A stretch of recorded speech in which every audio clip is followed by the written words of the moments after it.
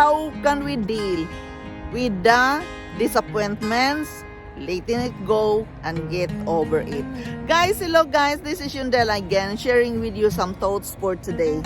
Dealing with disappointments, guys, it's always not an easy thing to do with our life. But guys, sometimes, many times, we have to let it go. We don't like it. It's hard, it's frustrating, and many times, it's painful. But guys, each and every one of us, from one thing to another, from one day to another, we are experiencing disappointments. And it is a part of our life journey. It cannot be avoided.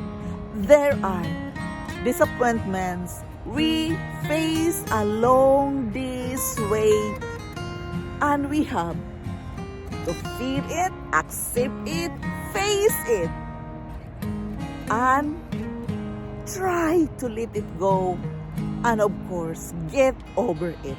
Get over it, guys. It's very difficult when you are very, very hard. It's hard, but guys, remember to love yourself to the fullest. There you are again. When you know you are loving yourself to the fullest, it's very important that you are kind with yourself. It is very important that, just let it go.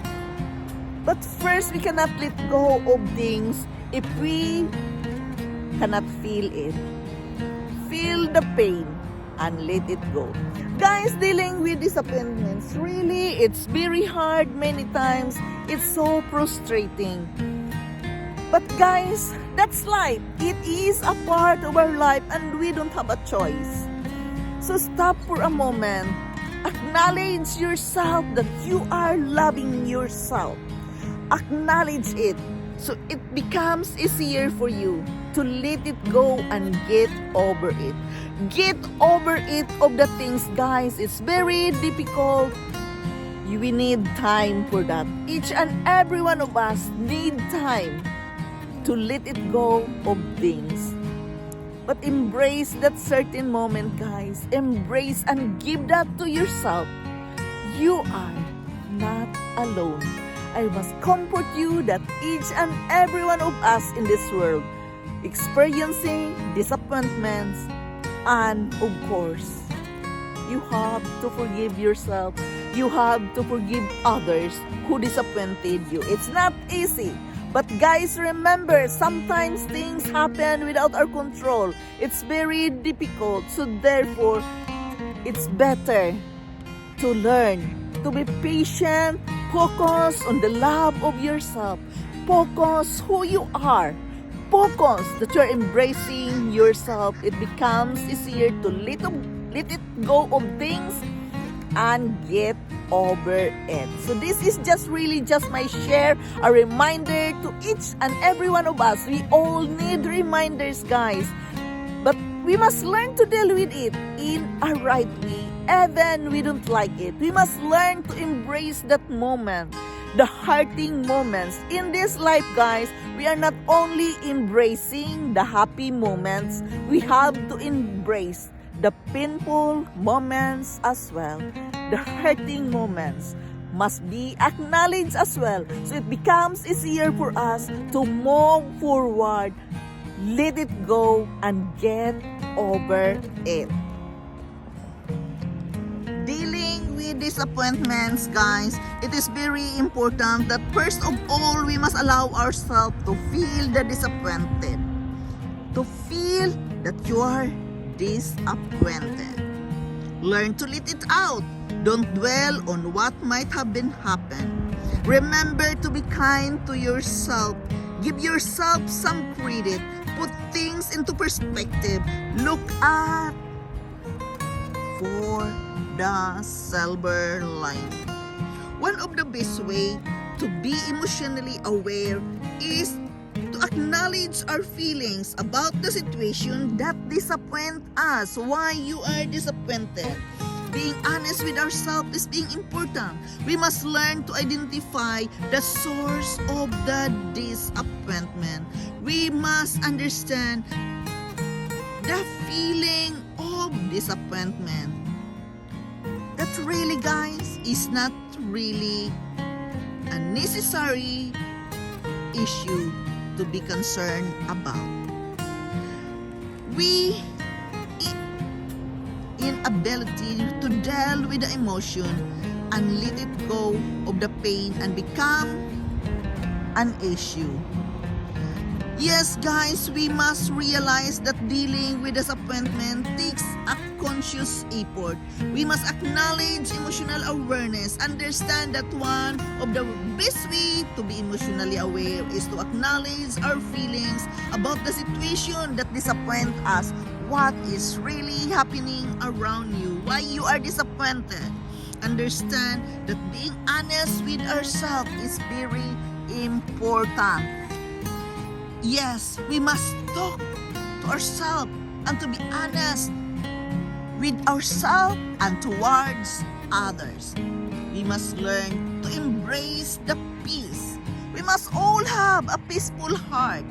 It is very important that we learn to identify things that make us feel happy and at peace and to embrace them all. Letting go of disappointments and of any anger or bitterness associated with it will free our mind of the turmoil and will help us to live a life of peace. We must learn to look for reality and not illusions.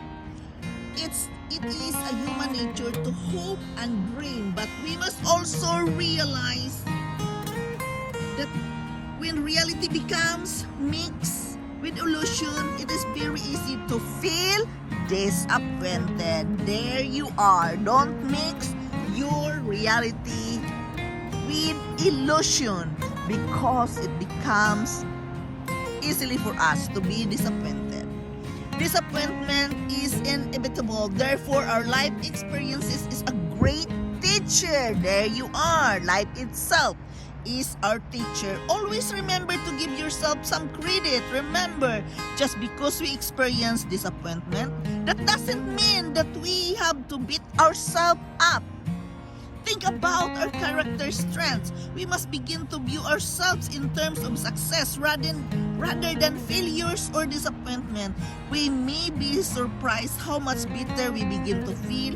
But guys, remember to acknowledge that we all need someone. Understand that no matter what disappointment we are experiencing, it's important to realize that we are all have times when we need to help others.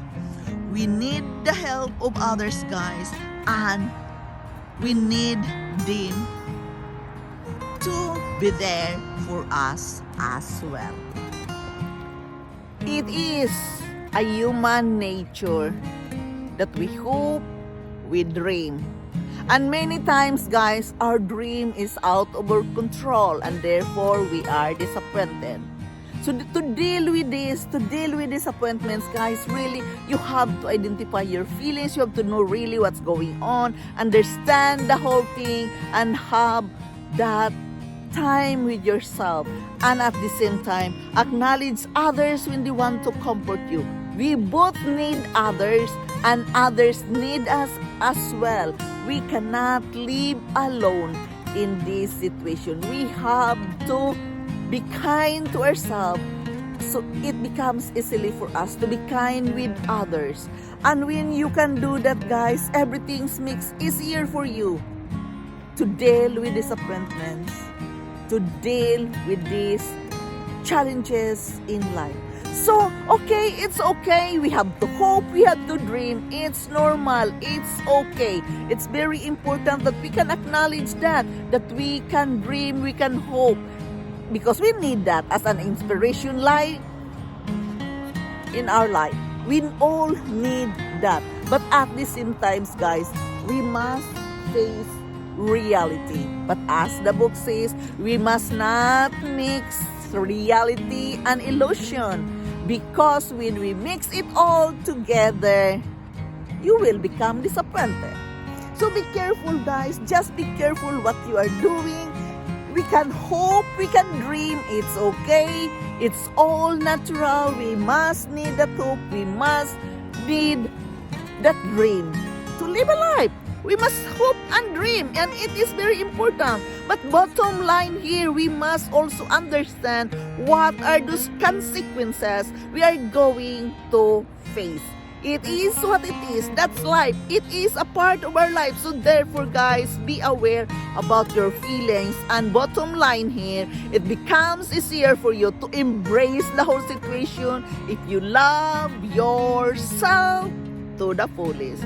Therefore, I am saying all my blog about love, because love is a very powerful thing. It helps you, it comforted you, and it gives you a broad-minded, mind.